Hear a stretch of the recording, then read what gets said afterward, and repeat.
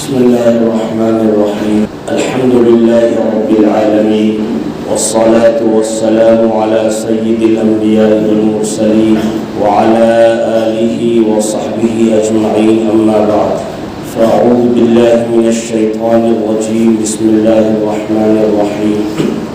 إن عدة الشهور عند الله 12 شهرا في كتاب الله يوم خلق السماوات والأرض منها 4 حرم، ذلك الدين القيم، فلا تظلموا فيهن أنفسكم، صدق الله العظيم. وقال النبي صلى الله عليه وسلم: أفضل الصيام بعد شهر رمضان شهر الله المحرم، او كما قال علیہ الصلاۃ والسلام. میرے معزز سامعین کرام، یہ محرم الحرام کا مہینہ چل رہا ہے. اللہ تعالیٰ نے قرآن کریم میں خاص طور سے مہینوں سے متعلق اور تمام مہینوں میں جو مہینے عظمت والے، حرمت والے اور ادب والے ہیں، ان کو ذکر فرمایا ہے. جو میں نے ابھی آیت کریمہ کی تلاوت کی ہے، یہ سورۃ توبہ میں ہے، 10ویں پارے میں، کہ اللہ تعالیٰ ارشاد فرماتے ہیں: ان عدت الشہور، کہ اللہ تعالیٰ کے نزدیک تمام مہینوں کی گنتی 12 مہینے ہیں، اللہ کی کتاب میں ہے. اس دن سے ہے جس دن سے اللہ تعالیٰ نے آسمانوں کو اور زمین کو پیدا فرمایا، اسی دن سے یہ 12 مہینے اللہ تعالیٰ نے بنائے. پھر ان 12 مہینوں میں اللہ تعالیٰ نے 4 مہینے ادب والے، احترام والے بنائے ہیں. ذالک الدین القیم، یہی سیدھا دین ہے، سیدھا راستہ ہے.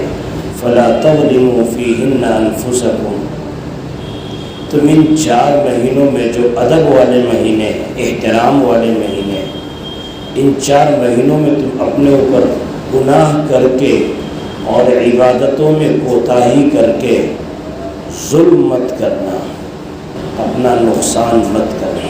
یہ میں نے آیت کریمہ کا ترجمہ کیا.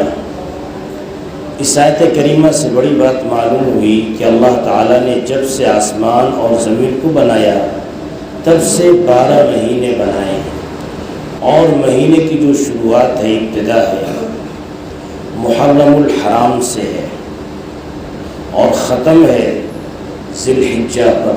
یہ 12 مہینے جن کو قمری مہینے بھی کہتے ہیں، چاند والے مہینے، کہ چاند کی تاریخ سے مہینے کی شروعات ہوتی ہے. جہاں چاند نکلا نیا مہینہ شروع ہو جاتا ہے. اس لیے ان مہینوں کو قمری مہینے کہتے ہیں، ان تاریخوں کو قمری تاریخ کہتے ہیں. اور جو قمری تاریخ ہیں، قمری مہینے ہیں، جن کو اسلامی تاریخ بھی کہہ سکتے ہیں، ان تاریخوں کا یاد رکھنا سنت ہے. تاریخ یاد رکھیں گے، مہینہ یاد رکھیں گے، اس پر ہمیں ثواب ملے گا. اور پوری امت کے لیے ان مہینوں کی تاریخ کی حفاظت فرض کفایہ ہے. اگر چند لوگ ان مہینوں کی تاریخ کو یاد کر لیتے ہیں، ان مہینوں کو، ان 12 مہینوں کو محفوظ رکھتے ہیں اور یاد رکھتے ہیں آج کون سی تاریخ ہے، یہ کون سا قمری مہینہ آج چل رہا ہے، کچھ لوگ اگر یاد رکھیں تو ان کی وجہ سے پوری امت کی جانب سے گناہ سے حفاظت ہو جاتی ہے. جیسے چند لوگ جنازے کی نماز پڑھ لیں، فرض کفایہ ادا ہو گیا کہ اور لوگ گناہ سے بچ گئے. لیکن اگر کسی مسلمان کی نماز جنازہ کوئی نہ پڑھے تو پھر سارے مسلمان گنہگار ہوں گے. اسی طرح سے یہ مہینے ہیں کہ ان مہینوں کی تاریخ یاد رکھنا ہماری ذمہ داری ہے، فرض کفایہ ہے. چند لوگ اگر یہ اسلامی تاریخ، قمری مہینے کی تاریخ یاد رکھتے ہیں تو یہ گویا کہ پوری امت کی جانب سے فرض کفایہ ادا کر رہے ہیں. لیکن ایک فرد کے اعتبار سے اس تاریخ کا یاد کرنا یہ سنت ہے اور قابل ثواب ہے۔ کیوں؟ اس وجہ سے کہ انہی مہینوں سے ہماری عبادت اور ہماری اسلام کی چیزیں جڑی ہوئی ہیں۔ رمضان کا مہینہ، اس میں روزہ فرض ہے۔ حج کا مہینہ ذوالحجہ جو گیا، حج والا مہینہ، اس میں حج فرض ہے۔ زکوٰۃ کا تعلق، زکوٰۃ بھی فرض ہے، سال بھر میں ایک دفعہ نکالنا۔ تو روزہ ہے، زکوٰۃ ہے، حج ہے، قربانی ہے، موٹی موٹی 4 چیزوں کا تعلق صرف اور صرف کس سے ہے؟ اسی اسلامی مہینے سے ہے۔ اگر تاریخ یاد نہیں رکھیں گے، مہینہ محفوظ نہیں رکھیں گے، کوئی بھی نہیں مہینہ محفوظ رکھے گا، کیا ہوگا یہ پتہ نہیں چلے گا رمضان کا مہینہ کب آیا اور کب گیا۔ عربوں نے یہی کام کرا تھا۔ اللہ نے اس آیت کے بعد وہی فرمایا انما النسیء زیادۃ فی الکفر یضل به الذین کفروا یحلونه عاما ویحرمونه عاما۔ ان لوگوں نے یہی کام کر رکھا تھا، اپنے اعتبار سے مہینے کو آگے پیچھے کر دیا تھا۔ اس وجہ سے کہ ان 12 مہینے میں ابھی میں نے بتایا 4 مہینے احترام کے مہینے ہیں، ادب کے مہینے ہیں، اور یہ احترام کے اور ادب کے مہینے شروع سے ہی، جب سے اللہ نے آسمان زمین کو بنایا تب سے۔ اور ان 4 مہینوں میں کسی بھی طریقے کا آپس میں قتال، جنگ لڑنا کیا ہے؟ حرام ہے۔ اس طریقے سے ان 4 مہینوں میں آدمی کوئی گناہ کا کام کرے، اس کا وبال بہت زیادہ بڑھ جاتا ہے۔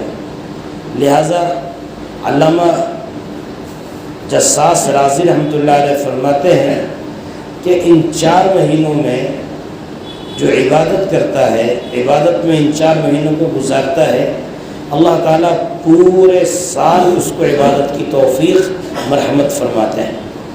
اور جو ان 4 مہینوں میں گناہوں سے بچتا ہے تو اللہ تعالیٰ اس کو پورے سال گناہوں سے بچنے کی توفیق عطا فرماتے ہیں۔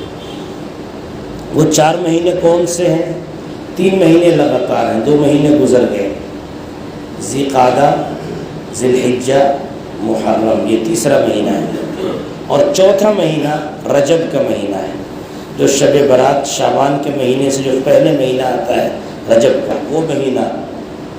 کل کتنے مہینے ہوئے؟ 4 مہینے۔ یہ 4 مہینے ادب کے ہیں، احترام کے ہیں۔ ان 4 مہینوں میں جو بندہ گناہوں سے بچتا ہے اور عبادتیں کرتا ہے، اللہ پورے سال اس کے لیے ویسے ہی کیا ہے؟ عبادت کی توفیق عطا فرماتے ہیں اور گناہوں سے بچنے کی توفیق عطا فرماتے ہیں۔ اس لیے کہا گیا کہ 4 مہینے ادب والے ہیں، کہ ان 4 مہینے میں گناہ کر کر اپنے اوپر اللہ کہتا ہے ظلم مت کرو۔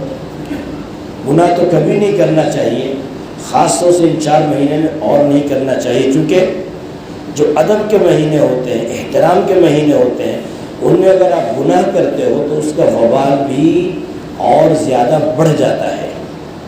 اور اگر ان مہینے میں عبادت کرتے ہو، جو ادب کے مہینے ہیں، حرمت والے مہینے، قابل احترام مہینے ہیں، تو ان میں ثواب بھی کیا ہو جاتا ہے؟ بڑھ جاتا ہے اور مہینوں کے مقابلے میں۔ اس لیے ہمارے ذہنوں میں یہ بات بیٹھ جانی چاہیے کہ ادب والے 4 مہینے ہیں، ان مہینوں میں خاص طور سے کوئی گناہ کر کے اللہ کہتا ہے فَلَا تَظْلِمُوا فِيهِنَّ أَنفُسَكُمْ، اپنے اوپر ظلم مت کرو، عبادتوں میں کوتاہی کر کے اپنے اوپر ظلم مت کرو۔ اور اللہ تعالیٰ کہتا ہے یہی سیدھا دین ہے، یہی سیدھا راستہ ہے جو تمہیں بتلایا جا رہا ہے۔ تو میں عرض کر رہا تھا کہ کفار مکہ وہ بھی ان 4 مہینوں کا احترام کرتے تھے، لیکن اپنے اعتبار سے۔ اگر ضرورت ہوتی اس مہینے میں لڑنے کی، جنگ کرنے کی، اس مہینے کے احترام نہ کرنے کی، مہینے کو آگے پیچھے کر دیتے، کہتے کہ نہیں ابھی تو حرمت والا مہینہ شروع ہی نہیں ہوا ہے، ابھی تو شوال ہی چل رہا ہے، حالانکہ حرمت والا مہینہ آ گیا، ذی قعدہ آ گیا، ذی الحجہ آ گیا، نہیں ابھی تو آیا ہی نہیں۔ اس طریقے سے انہوں نے مہینوں کو آگے پیچھے کر دیا تھا، مہینے آگے پیچھے ہوتے چلے گئے، آگے پیچھے آگے پیچھے آگے پیچھے ہوتے چلے گئے۔ نبی کریم صلی اللہ علیہ وسلم نے جس سال حج فرمایا ہے، سن 10 ہجری میں حجۃ الوداع نے فرمایا، اس حج کے تقریباً 90 دنوں کے بعد پھر آپ اللہ کے پیارے ہو گئے۔ تو جس سال آپ نے حج فرمایا اس سال آپ نے ارشاد فرمایا ان الزمان قد استدار، کہ یہ زمانہ، یہ سال جو ہے گھوم کر اپنی جگہ بالکل صحیح جگہ پر آ گیا۔ بعض علماء کہتے ہیں سن 9 ہجری میں یا 10 یا سن 8 میں آپ نے اس وقت اس لیے بھی حج نہیں فرمایا چونکہ کفار مکہ نے مہینے کو آگے پیچھے کر رکھا تھا، مہینے کو آگے پیچھے کر رکھا تھا، اس میں اختلاف تھا کہ واقعی ذی الحجہ کا مہینہ ہے یا ذی القعدہ کا مہینہ، اختلاف تھا۔ لیکن جس سال نبی صلی اللہ علیہ وسلم نے حج فرمایا آپ نے ارشاد فرمایا سنو یہ جو سال ہے، مہینہ ہے، زمانہ ہے، اپنی جگہ گھوم کر ایک دم ٹھیک اپنے وقت پر آ گیا کہ جو ذی الحجہ کا مہینہ ہے، جو ذی الحجہ کی تاریخ ہے بالکل وہی آج کی تاریخ ہے۔ یہ نہیں کہ کسی کی بنائی ہوئی تاریخ، جو اللہ نے جیسی تاریخ بنائی، جیسا مہینہ بنایا بالکل ویسی تاریخ، ویسا ہی مہینہ گھوم کر بالکل اپنی جگہ صحیح طریقے پر آ گیا۔ تو خاص طور سے علماء نے ایک بات یہاں یہ بھی بیان فرمائی، اس لیے بھی آپ نے سن 10 میں حج فرمایا کہ اس سال پورا مہینہ گھوم کر اپنی جگہ بالکل صحیح، تاریخ گھوم کر اپنی جگہ بالکل صحیح اپنی جگہ پر آ گئی تھی۔ اس کے بعد سے آپ صلی اللہ علیہ وسلم نے تاریخ کی حفاظت کی ذمہ داری، مہینے کی، اسلامی مہینے کی حفاظت کی ذمہ داری ایمان والوں پر رکھی، تمہیں اس کی حفاظت کرنی ہے۔ آج تک ایک دم صحیح تاریخ، صحیح مہینہ آگے پیچھے نہیں، اس لیے دیکھتے ہو خاص طور سے چاند دیکھنے کا بڑا اہتمام کیا جاتا ہے، مفتیان کرام، علماء کرام اور اہل علم علماء کرام بیٹھتے ہیں، باضابطہ اعلان کرتے بھائی آج 29 کی تاریخ ہے، چاند دیکھنے کا اہتمام کریں، شوال کی 29 کی تاریخ ہے، آج کیا ہے ذی القعدہ کی 29 کی تاریخ ہے، آج شعبان کی 29 کی تاریخ ہے، آج رمضان کی 29 کی تاریخ ہے، سبھی حضرات چاند دیکھنے کا اہتمام کریں۔ پھر ہر جگہ جہاں پر بھی جو لوگ اہتمام کرتے ہیں پھر جیسے پورے ہندوستان کے اعتبار سے ہر جگہ کی رویت ہر جگہ معلوم کرایا جاتا ہے، جہاں جہاں ان کا رابطہ ہوتا ہے، جس جس جگہ میں رابطہ ہوتا ہے ان سے پوچھتے ہیں کہ آپ کے علاقے میں چاند دیکھا گیا، پھر ایرا غیرہ نتھو خیرہ نے یا کہ بولنے چاند دیکھا، اس سے شہادت لی جاتی ہے، گواہی لی جاتی ہے، وہ دیندار ہے کہ نہیں، اس کی زندگی کیسی ہے، ایک ایک چیز پوچھی جاتی ہے، جھوٹ تو نہیں بول رہا ہے، کیونکہ میں نے بھی سمجھا ان سب کا دار و مدار سیدھے کس سے، دین سے ہے۔ پھر پوری شہادت لی جاتی ہے، گواہی لی جاتی ہے، ہر طرح سے اعتبار اگر ہو جاتا ہے پھر چاند کا اعلان کیا جاتا ہے۔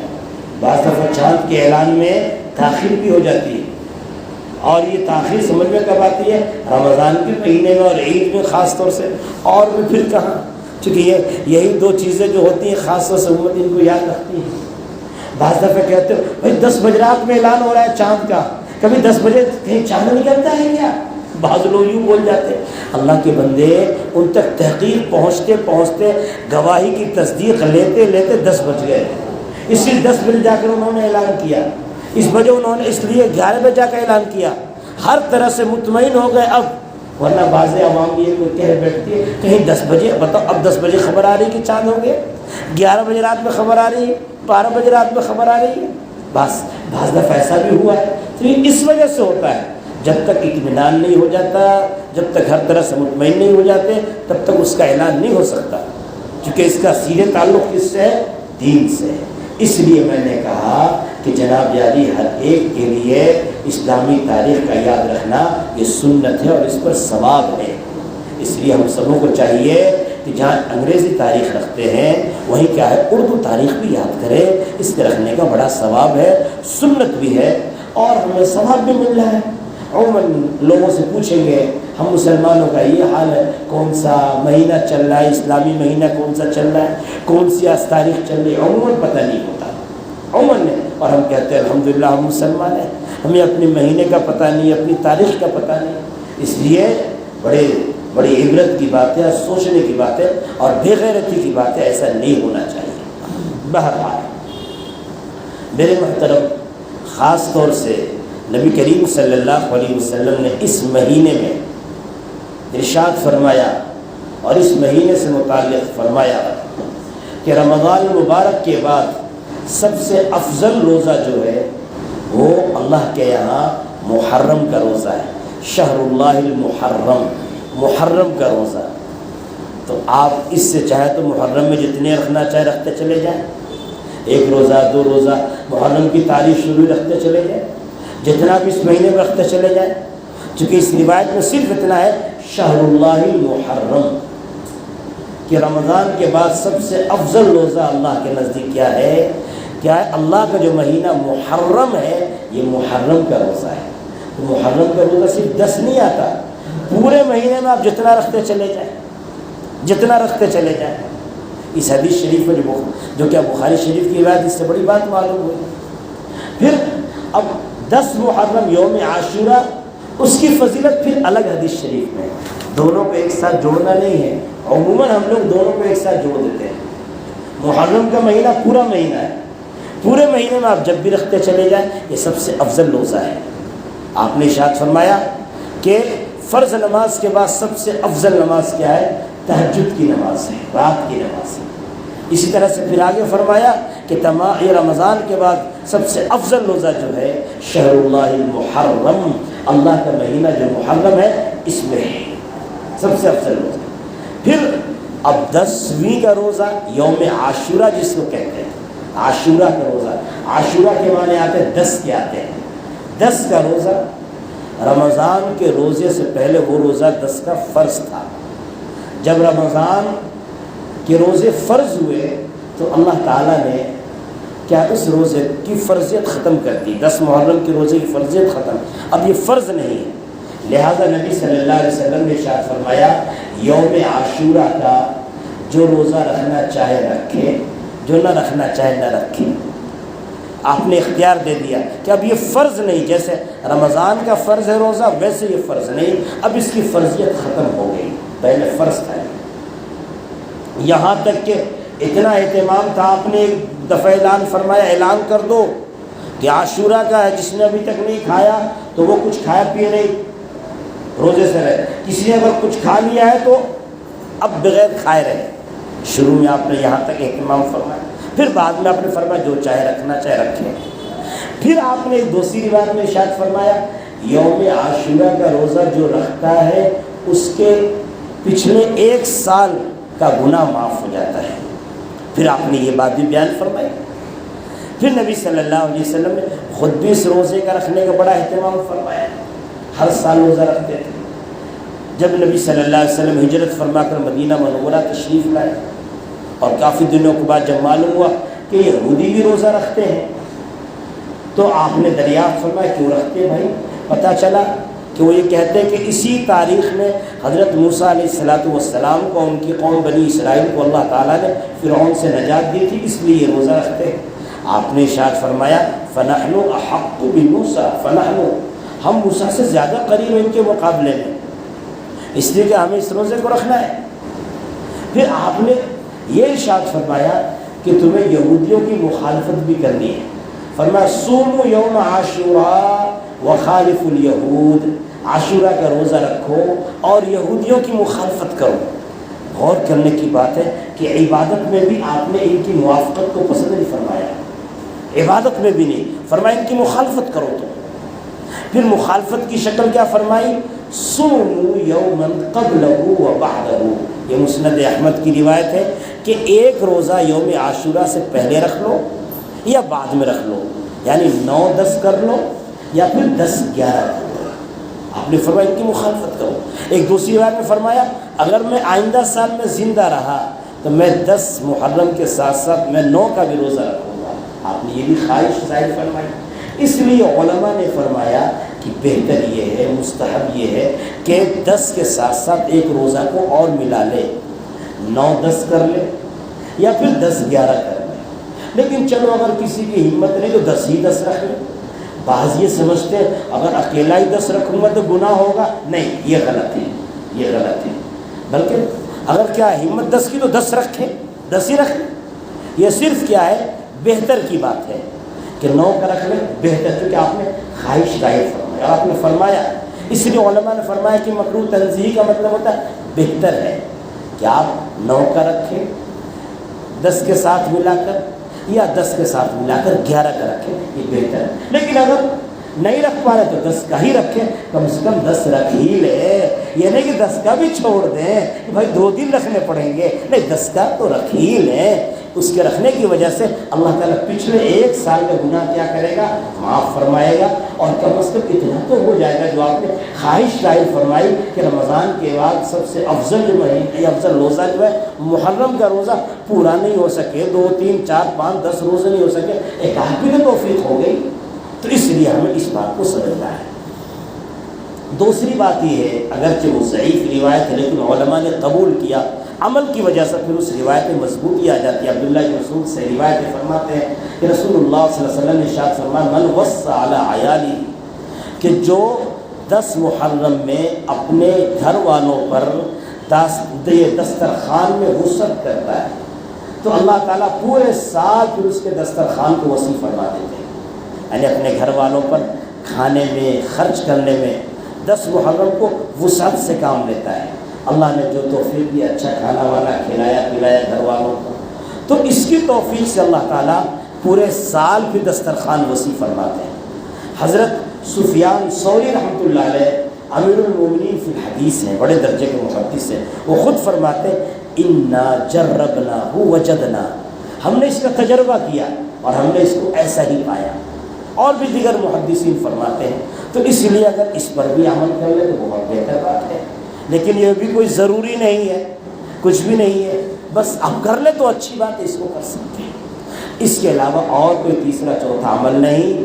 بات سمجھتے ہیں کہ 10 محرم کو شادی کرنا ناجائز ہے، غم کی تاریخ ہے، نہیں، اسلام میں غم اور ماتم کوئی چیز ہے ہی نہیں۔ اس لیے ان چیزوں کو ختم کریں۔ اور یہ ذہن میں بات آتی، حضرت حسین رضی اللہ تعالیٰ عنہ کی شہادت ہوئی، اس وجہ سے غم ہے، اس لیے اس دن چھٹی کرنا چاہیے، اس لیے اس دن کیا ہے ان کے لیے قرآن خوانی کرنا چاہیے، ایصال ثواب کرنا چاہیے۔ تو ایصال ثواب جب بھی کریں روز کریں، یہ کیا مطلب کہ اسی دن تاریخ کو آپ فکس کر کے آپ کو کس نے کہا اس دن؟ ہاں کیا یہ برسی منائیں گے تو غیروں کا طریقہ ہے نا برسی منانا، یہ چیزیں کہاں سے آ گئی؟ پھر بعض لوگ سبیل لگاتے ہیں، شربت پلاتے ہیں، بعض لوگ دعوتیں کرتے ہیں، یہ سب چیز سمجھ کر نہیں، یہ سب واجب الترک ہے، ان سب کا چھوڑنا ضروری ہے۔ پھر سب روافظ سے مشابہت لازم آتی ہے، ان سب سے ہم اپنے آپ کو کیا کریں؟ بچا لیں۔ جس چیز کو رسول اللہ صلی اللہ علیہ وسلم نے نہیں کیا، حضرات صحابہ کرام نے نہیں کیا، ہمارے اسلاف نے نہیں کیا، ہمیں ان سارے عمل سے بچنا ہے۔ اور خاص طور سے اس دن جیسے روافظ حضرات شیعہ ماتم وغیرہ کرتے ہیں، ہمیں اس کو شریک نہیں ہونا۔ اسلام میں ماتم کا کوئی ذکر ہی نہیں ہے۔ اللہ کہتا ہے وَلَا تَقُولُوا لِمَن يُقْتَلُ فِي سَبِيلِ اللَّهِ أَمْوَاتٌ، جو اللہ کے راستے میں مارے جائیں ان کو مردہ مت کہو، بل احیاء، بلکہ وہ زندہ ہیں۔ تو کہ زندوں پر ماتم ہوتا ہے؟ اللہ کہہ رہا قرآن میں وہ زندہ ہیں جو اللہ کے راستے میں شہید کیے گئے، تم اس کا مطلب ان کو مردہ سمجھ کر ماتم کر رہے، ہم تو ان کو زندہ کہہ رہے ہیں، چونکہ قرآن کہہ رہا ہے جو اللہ کے راستے میں شہید کیے جائیں وہ زندہ ہیں۔ بل احیاء عند ربهم يرزقون، وہ زندہ ہیں، ان کو ان کے رب کے پاس رزق دیا جاتا ہے۔ فرحین بما آتاہم اللہ من فضل، جو اللہ نے اپنے فضل سے ان کو نوازا اس نعمت پر بڑے وہ خوش ہیں، وہ اپنے پچھلوں کو خوشخبری سناتے ہیں جو ابھی ان سے آ کے ملے نہیں ہیں کہ بھائی اللہ نے ہمیں اتنا نوازا، اتنا فضل کا معاملہ فرمایا کہ ہم تمہیں کیا بتلائیں۔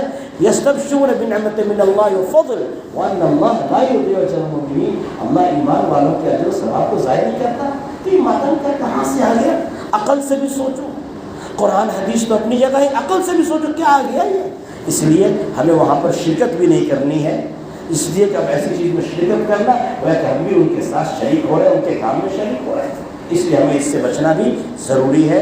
وَلَا تَرْكَنُوا إِلَى الَّذِينَ ظَلَمُوا فَتَمَسَّكُمُ النَّارُ، تم ظالموں کی طرف مت جھکو، ایسے جو بھی گناہ کا کام کر رہے ہیں ان کے ساتھ گناہ میں شامل مت ہو، ورنہ تمہیں بھی جہنم کی آگ چھوئے گی۔ اللہ تعالیٰ ہمیں بھی اور آپ کو بھی ان باتوں پر کہنے سننے زیادہ عمل کی توفیق عطا فرما دے۔ وآخر دعوانا الحمد للہ رب العالمین۔